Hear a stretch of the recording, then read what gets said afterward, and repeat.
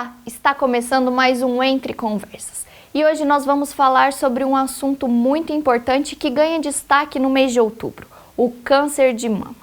Você aí de casa já fez um autoexame de mama? Sabe como fazer? Quero saber, hein? Oi, Laís, eu confesso que eu não sei fazer o autoexame de câncer de mama em casa, eu somente realizo o mesmo quando eu vou no médico. Isso mesmo, tenho uma vergonha de falar, mas eu não sei fazer. Então, a respeito do autoexame, eu acho muito importante, desde cedo, as meninas se autoavaliarem, perceberem, porque é de suma importância. Eu, há um bom tempo atrás, durante o momento do banho, estava sentindo, no seio um pequeno nódulo. E foi no banho que eu senti que tinha uns nódulos no seio. Procurei um mastologista e realmente tinha uns nódulos, só que benignos, E eu fiz uma cirurgia adequada, o tratamento adequado. Então, sempre, principalmente depois disso, eu sempre estou me observando e me auto-percebendo. Então, eu acho muito importante que todas as mulheres façam esse autoexame, porque é a partir daí a gente se autoconhecendo, conhecendo as alterações que possam estar ocorrendo no nosso corpo, que a gente pode começar a se cuidar melhor e prevenir muitas coisas, inclusive o câncer de mama. No Entre Conversas de hoje, vamos conversar sobre câncer de mama. Esse é o tipo de câncer mais comum entre as mulheres no Brasil e também no mundo. Estudos realizados pelo Instituto Nacional do Câncer, o INCA, mostraram que em 2014 foram mais de 57 mil casos de câncer de mama no Brasil. Muitos desses casos são percebidos já em estágios bem avançados, e aí a chance de cura é menor. O autoexame é um grande aliado de nós mulheres. Quando conhecemos o nosso corpo, é mais fácil perceber se tem alguma coisa errada, alguma coisa diferente do comum. Quem está aqui com a gente hoje para explicar um pouco é a Juliana, coordenadora do curso de enfermagem aqui da Unicesumar. Bem-vinda, Juliana. Obrigada, Laís. Eu queria que você contasse para a gente como é que é esse processo do câncer de mama. Você falou que são 3 estágios, como é que é isso? Nós conversamos sobre os 3 estágios de prevenção, de câncer de mama. Nós temos a prevenção primária, que são aqueles fatores onde nós buscamos eliminar ou diminuir aqueles fatores de riscos que são modificáveis, que são atividade física, alimentação saudável, a diminuição da obesidade, o controle do peso. A amamentação, que é muito importante, é um fator que diminui as chances da mulher a desenvolver o câncer de mama com o passar dos anos. Existem também aqueles fatores não modificáveis, como a hereditariedade, os fatores genéticos, aqueles casos onde mulheres já tiveram câncer de mama em mulheres da família, eles são fatores de risco que não conseguimos modificar, mas aqueles de hábitos de vida nós conseguimos sim.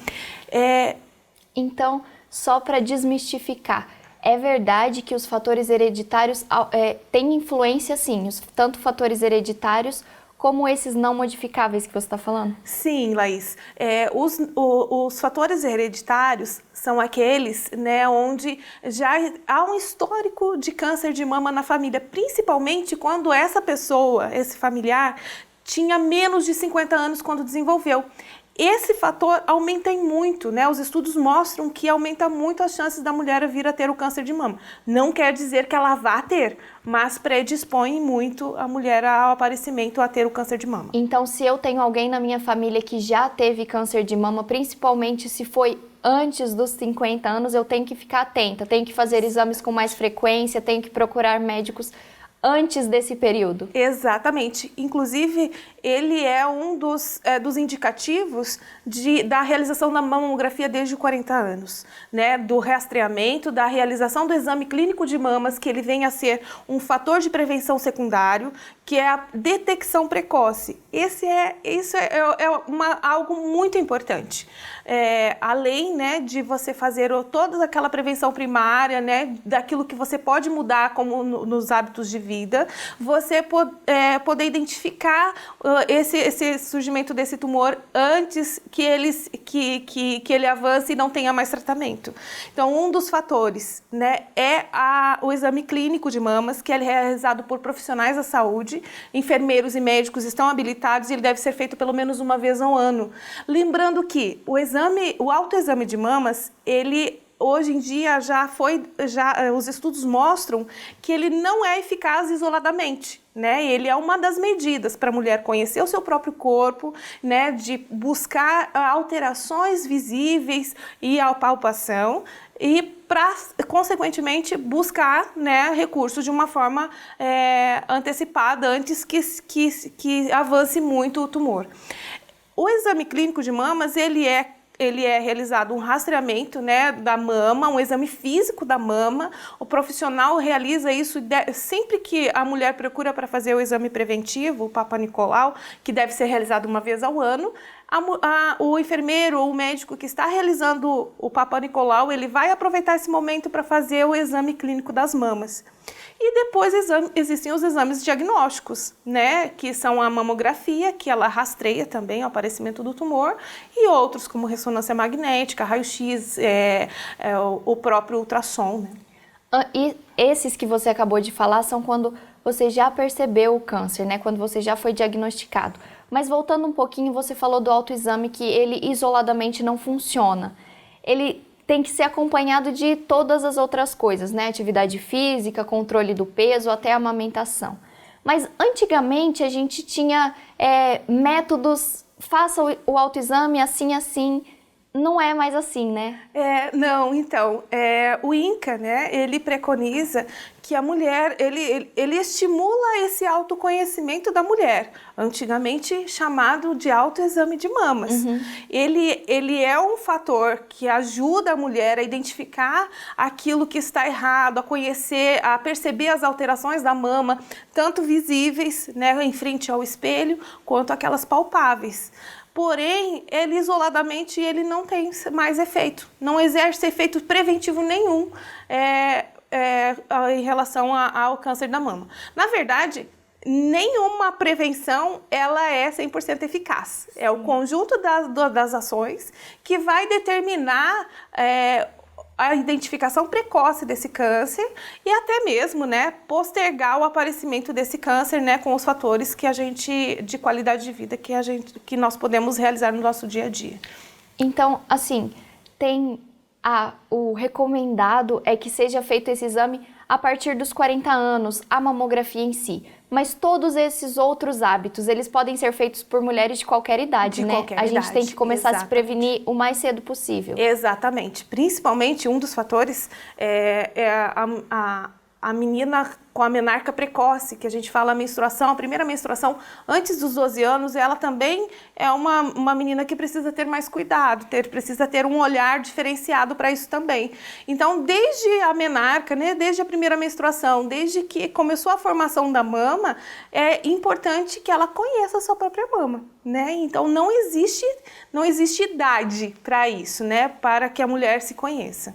Tanto se conheça como procure um médico, faça um acompanhamento de todo o corpo, né? Exatamente. Não dá para ficar só em casa falando, eu acho que tem alguma coisa errada. Exatamente. Tem que procurar ajuda. Exatamente. Até porque existem outras alterações das mamas que não são um tumor, né? Algumas alterações benignas que são muito comuns, porém, é melhor tirar a dúvida com um profissional especializado, né? Não dá para ficar só no eu acho, né? Não mesmo. E agora eu queria que você falasse um pouquinho qual a importância do Outubro Rosa nessa conscientização e em todo esse contexto do câncer de mama.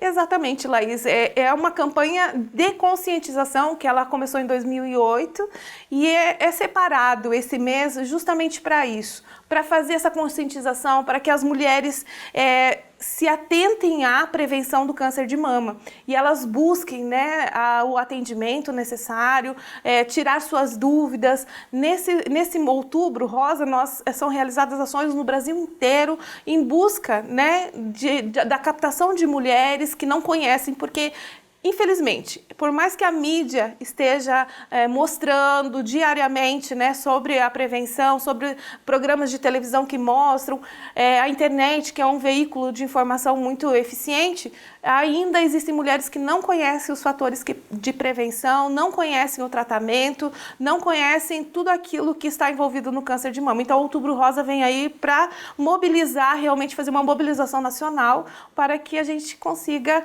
né, atingir e diminuir esses números que são exorbitantes. Para né? escancarar, né? Para falar, ó, tá aqui, tá acontecendo, tem muitos casos, a gente precisa estar atento. É verdade. Juliana, assim, a gente viu que são muitos casos, você acabou de falar, são exorbitantes os números de casos. Você acha que tem a ver o número de casos aumentaram ou as pessoas estão descobrindo que tem o câncer? Os dois. Laís, os dois. Porque além do diagnóstico precoce, quantas mulheres antigamente não morriam com câncer de mama sem saber o que tinham? Né? Então, o diagnóstico precoce, hoje, as medidas, né, de busca ativa têm aumentado esses números, com certeza, têm contribuído para o aumento do número de casos. Mas também os maus hábitos de vida, né, têm contribuído para o surgimento do câncer de mama, sim, né, que são alguns fatores que nós podemos identificar e nós podemos melhorar, né? Evitando no nosso dia a dia o consumo de álcool, de tabaco, né, o controle do peso, alimentação saudável, aquilo que a gente já conhece e a gente sabe muito bem, que não só para o câncer de mama, mas para a nossa saúde em geral. E é preciso a gente estar atento a isso e se conscientizar, né? Da boca para fora é muito bonito, mas a gente viver aquilo que a gente fala. Tem que internalizar isso, né? Não é só falar, tem que comer direitinho, fazer exercício físico, cuidar com álcool, cigarro, tudo isso é importante, né? Agora sim, se eu faço todas essas medidas, se eu tenho o peso ideal, tudo ok na minha saúde, mas eu percebo que tem alguma coisa diferente. Qual que é o primeiro médico? O que eu devo fazer? Procurar um posto de saúde? Como é que é? Quando você identifica qualquer alteração, a primeira medida é encontrar um profissional de saúde na unidade básica de saúde mais próxima da sua casa. Tanto o enfermeiro quanto o médico, eles podem ajudar você a identificar esses fatores, né? Então, eu senti um nódulo no meu seio. Vá até a unidade, o enfermeiro ou o médico vão fazer o exame clínico, vão dar o encaminhamento que você precisa para que tire essa dúvida, né? E se for realmente um câncer, que seja tratado da melhor forma possível, o mais precocemente possível. O tratamento é disponível, né, na rede do SUS e precisa ser, né, agilizado isso. Então, não espere para a semana que vem, não espere para amanhã, né? Procure o quanto antes. O quanto antes a gente descobrir se é benigno, se é maligno, é essencial, né? Exato. A gente precisa ter esse cuidado. Isso mesmo. Muito obrigada, Juliana, pela conversa, pelas dicas. Isso tudo foi muito importante para nós e para quem está em casa também. Você sabia que aproximadamente 30% dos casos de câncer de mama podem ser evitados? Além dos exames, como já falamos, hábitos saudáveis, atividade física, alimentação correta e até manter o peso ajudam a evitar o câncer de mama.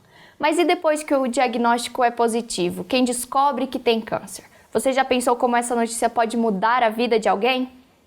Quem está aqui com a gente para conversar um pouco sobre esse assunto é a Daiane e ela já passou por isso. Muito bem-vinda, Daiane. Obrigada. Eu já tô vendo que você tá um pouquinho emocionada. Você já me falou que hoje completa um ano que você acabou suas químios. Isso mesmo. Hoje tá fazendo um ano da última químio. E agora você tá bem? Você conta como é que você tá se sentindo depois de toda essa fase. Olha, estou muito feliz, né? Tô curada, graças a Deus. Todo o recomeço é complicado, é difícil retornar, porque a gente não consegue retornar à vida que a gente tinha antes, mas é tudo novo, é um passo de cada vez, né? E assim eu tô seguindo.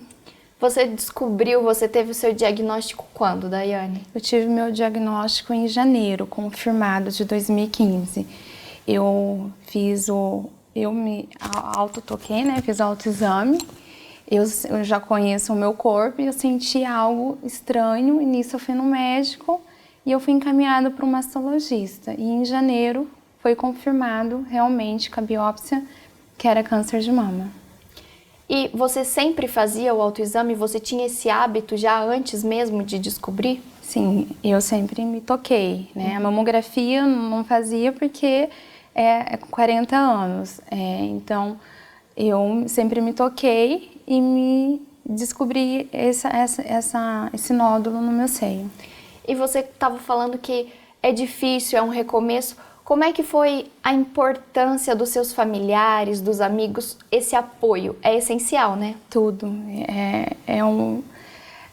Como posso dizer, o melhor, né? Porque sem a força deles, o carinho, não consegue. O tratamento ele é 50% a medicina e 50% a sua cabeça e a família, os amigos por perto. O apoio que você Isso. recebe, né? Porque não dá para encarar uma dificuldade dessa sozinha, não tem como. Não tem como.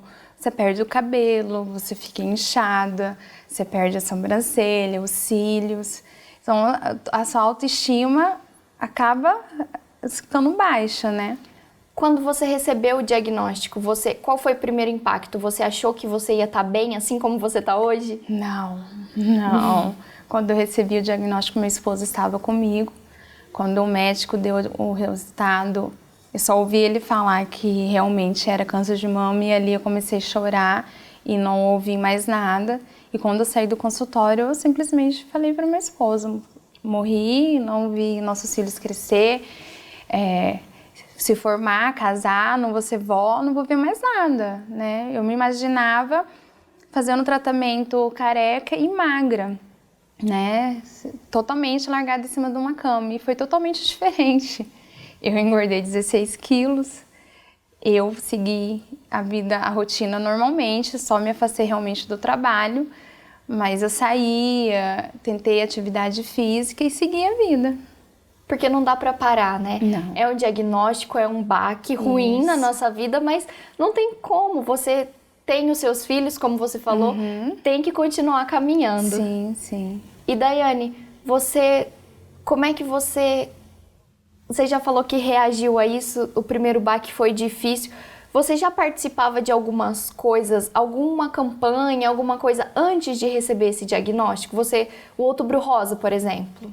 Não participava. Assim, eu via sempre quando tinha as campanhas, eu lia, né? Via matérias, mas não participava. Comecei a participar no ano passado, depois que eu recebi o diagnóstico. E isso mudou a sua visão sobre a doença? Muito. A doença não é tudo aquilo que falam, né? É o que você mesmo tem que passar, né? A nossa mente, né? E a nossa confiança em Deus. É muito relativo, né? Isso. Tem gente que recebe o diagnóstico e leva aquilo como você falou mesmo, acabou, não vou mais viver. E não é assim, né? Não. Dá para ter muito mais vida, dá para renovar as esperanças. Sim, muito. As nossas esperanças e a nossa fé é tudo em Deus. E falando um pouquinho de Deus, a espiritualidade, Deus te ajudou muito também? Muito. A igreja, né? A família, os amigos, as orações de todo mundo, os pensamentos positivos de todo mundo, cada mensagem. Não tinha um dia que eu não recebia uma mensagem de alguém, sabe? Dando força para você continuar a lutar. Muita gente acha que o câncer é sinônimo de morte. Não é bem assim? Não é. É um novo recomeço. Você acha que isso foi um sinal para você recomeçar, para você mudar a sua vida, mudar atitudes? Muito. Tenho certeza absoluta disso. É uma segunda chance, né? Sim, Deus falou isso. É uma segunda chance. A nossa convidada de hoje, a Daiane, ela passou por um câncer de mama e teve que cortar o cabelo. Daiane, conta como é que foi essa experiência. Bom, essa experiência, eu quando descobri, sempre fui muito vaidosa. Então, as pessoas vinham e falavam, não se preocupa, o cabelo vai cair, mas ele vai crescer. E eu coloquei em mente, falei, não vou me preocupar com isso. Quando ele tiver que cair, aí sim, se eu tiver que chorar, eu vou chorar. Se eu tiver que gritar, eu vou gritar. E foi assim. Um passo de cada vez, né? Não dá pra sofrer antecipadamente. Não foi. E eu descobri em janeiro, fevereiro eu fiz a cirurgia e em abril a minha primeira químio. E eu comecei pelas químios vermelhas. E essas químios vermelhas, o intervalo era de 21 dias. Da primeira químio para a segunda, não deu nem 15 dias, o cabelo começou a cair. Então o cabelo começou a cair, amanhecia, tava no travesseiro o cabelo, pela casa. Isso ficou um processo de 3 dias. Chegou no 3º dia, que foi dia 30 de abril, eu falei, eu não vou ficar sofrendo desse jeito. Porque eu tinha medo que algumas pessoas me falaram que na hora que fosse tomar banho, caísse, ele lavasse, ele caía na mão. Eu fui lá e raspei.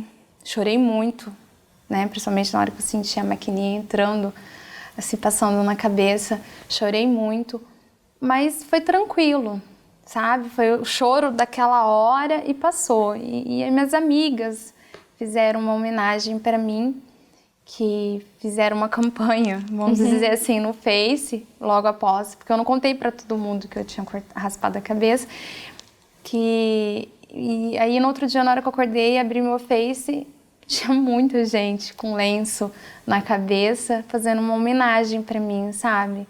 Isso foi muito lindo que fizeram. Você chegou a usar lenço, peruca ou só o lenço mesmo? Lenço e totalmente careca.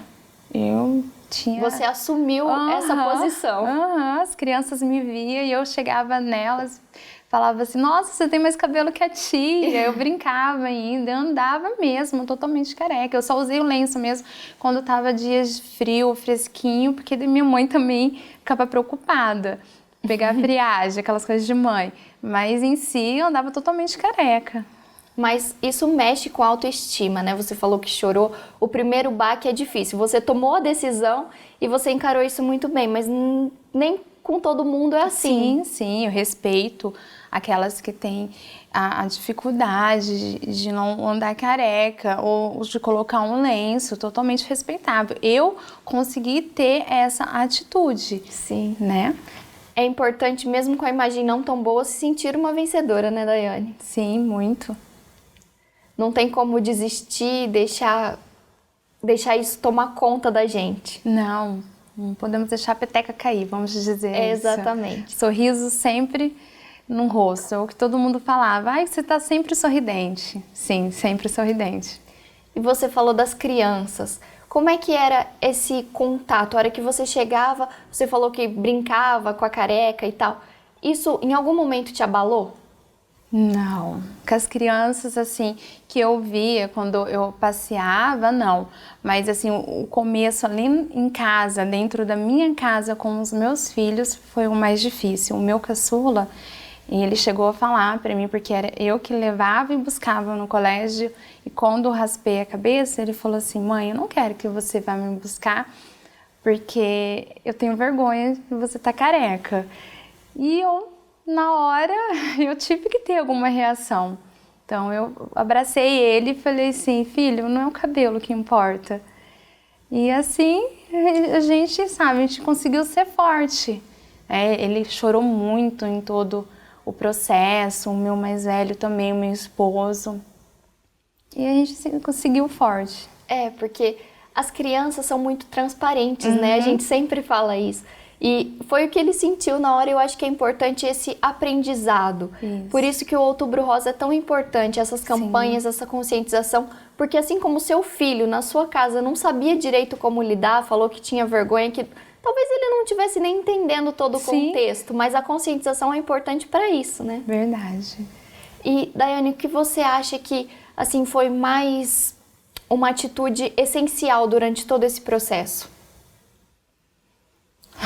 Confiar e saber que tudo ia dar certo e que com cada processo que eu passava eu aprender. É aprendizado, né? Isso Tudo mesmo. é um novo aprendizado. Isso. Se você tivesse que falar alguma coisa para quem está passando por isso, quem está fazendo tratamento hoje, qual a mensagem? O que você diria? Muita fé, muita confiança em Deus e não desanimar. Mesmo quando você vai e ouve dos médicos que não há chance, mas não, porque a última palavra vem de Deus. E confiar no até o último minuto. Confiar em tudo, né? Sim. Em qualquer esperança, porque cada um se apega em uma coisa. Você tá me contando de Deus, da família, mas tem gente que pode se apegar em outras coisas, em amigos, até no animal de estimação, sim, né? Sim. A gente tem que acreditar em alguma coisa. Isso mesmo. Em algum momento você sofreu preconceito? Pela Não. careca ou por qualquer outro motivo? Não, nenhum. As pessoas em volta ficavam preocupadas o que eu ia achar, as pessoas me olhar, mas não. As pessoas iam olhar eu com lenço ou sem lenço, então eu andava sem o lenço. Em nenhum momento. A preocupação não era essa, né? Não. Você tinha várias outras preocupações muito mais importantes. Isso mesmo. O câncer tem tratamentos muito agressivos. Perder o cabelo é inevitável, como a gente já falou. E isso acontece não só em casos de câncer de mama. Pensando nessas pessoas que perdem o cabelo e muitas vezes a autoestima, em 2013 foi criado o Cabelegria. A ideia básica é arrecadar cabelo para fazer perucas para quem sofre com o câncer. Esse é um projeto que serve de inspiração. São atitudes simples e que podem dar um sorriso para quem está precisando.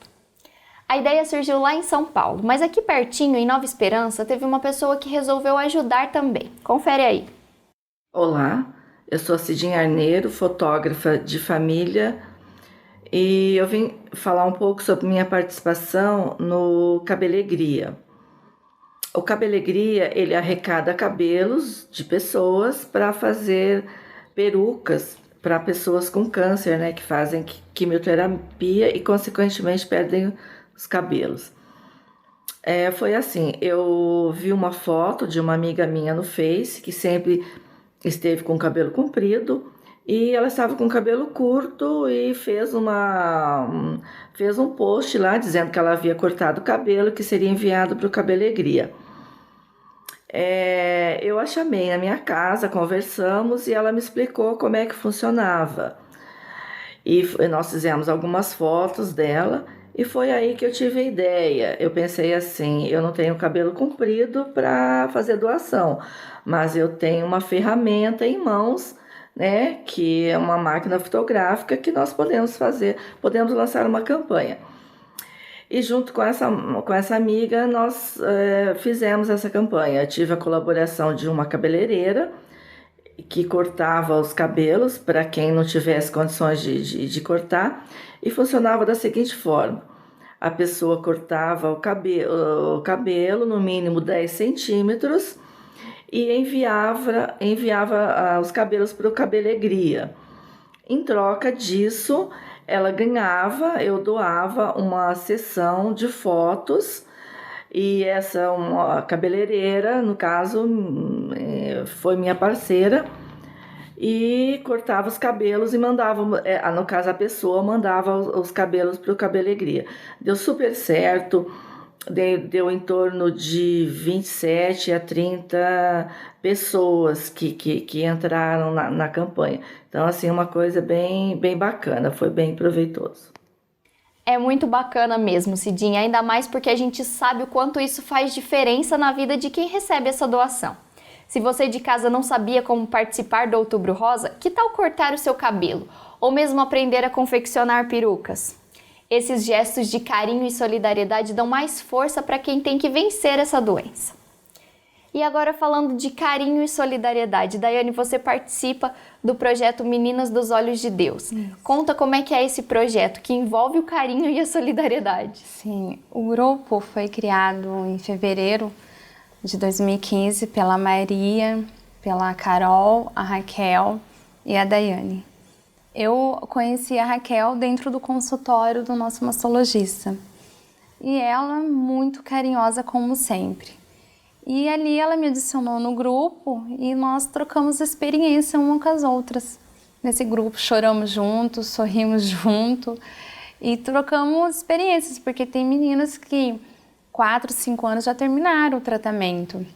Então, quando a gente tem alguma dúvida, a gente sempre está perguntando ali e trocamos, né? Ajudamos umas às outras. É dividir mesmo esse momento difícil, né? Todo mundo passando mais ou menos pela mesma situação, então tá ali, conversa, troca experiências. Isso mesmo, trocamos experiências. E qualquer mulher pode participar desse grupo? Sim, a gente tem uma página no Face, As Meninas dos Olhos de Deus, e ali a gente está adicionando as meninas para poder ajudar elas, as experiências, contando nossas experiências e ajudando elas. E vocês têm também ajuda psicológica de algum jeito? Ou é só esse bate-papo, é só vocês mesmos, umas ajudando as outras? É só nós mesmos. Nós somos as psicólogas delas mesmo, assim, sabe? Nós nos ajudamos ali no grupo. E vocês têm encontros presenciais? Você falou da página do Facebook, isso é só online? Como é que funciona esse grupo? Sim, como é mais de 40 meninas e algumas moram em Luanda, né? Então a gente tenta marcar um dia e aí não é todas que conseguem vir. Então a gente se encontra, a gente tenta ao máximo para poder se ver, mas é um pouquinho difícil. Mas a gente fala sempre, por dia ali tem 400, 500 mensagens, a gente fala mesmo. Não é só o presencial que faz a diferença, Sim. né? Às vezes uma mensagem de tô precisando de ajuda, Sim. como é que você passou por isso? É isso que faz a diferença no dia a dia, né? Isso mesmo. Tem meninas dessas entre 40 pessoas que você falou que ainda estão passando pelo tratamento? Sim, tem bastante das meninas, sim, que está passando o tratamento.